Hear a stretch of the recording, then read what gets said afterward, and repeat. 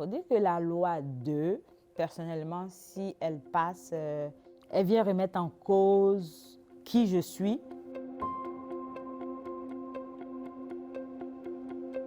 Je m'appelle Shine, j'ai 38 ans, je suis un homme trans et je suis farouchement contre le projet de loi 2.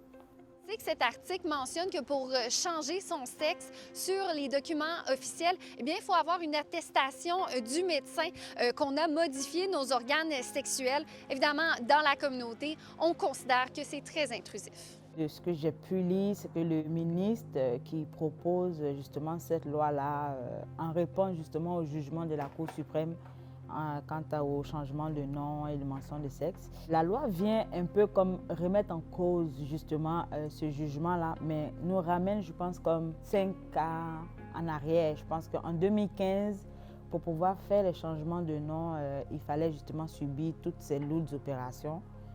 Donc, il fallait faire une vaginoplastie pour les trans femmes ou il fallait carrément se faire stériliser pour les trans hommes. Ça fait 4 ans que je désire porter mon enfant, mais là, je suis rendue à 1 an de procédure au niveau de la clinique de fertilisation. Il faut dire que la loi 2, personnellement, si elle passe, elle vient remettre en cause qui je suis, mais aussi mon processus, parce qu'en ce moment, je suis en processus justement pour porter mon enfant moi-même. Mais si cette loi passe, je ne pourrai pas continuer mon processus de procréation parce que médicalement, je me serais fait stériliser. Si tu as à choisir entre porter un enfant ou avoir une opération pour changer ta mention légale de sexe, qu'est-ce que tu choisirais? Wow, ça c'est un gros dilemme parce que je pourrais répondre pour dire que je peux changer de sexe et puis pouvoir adopter un enfant.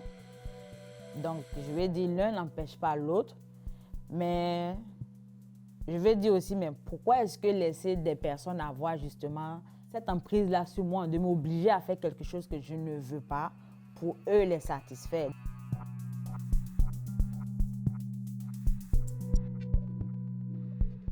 Je n'aimerais pas être à faire justement un choix entre ces deux-là.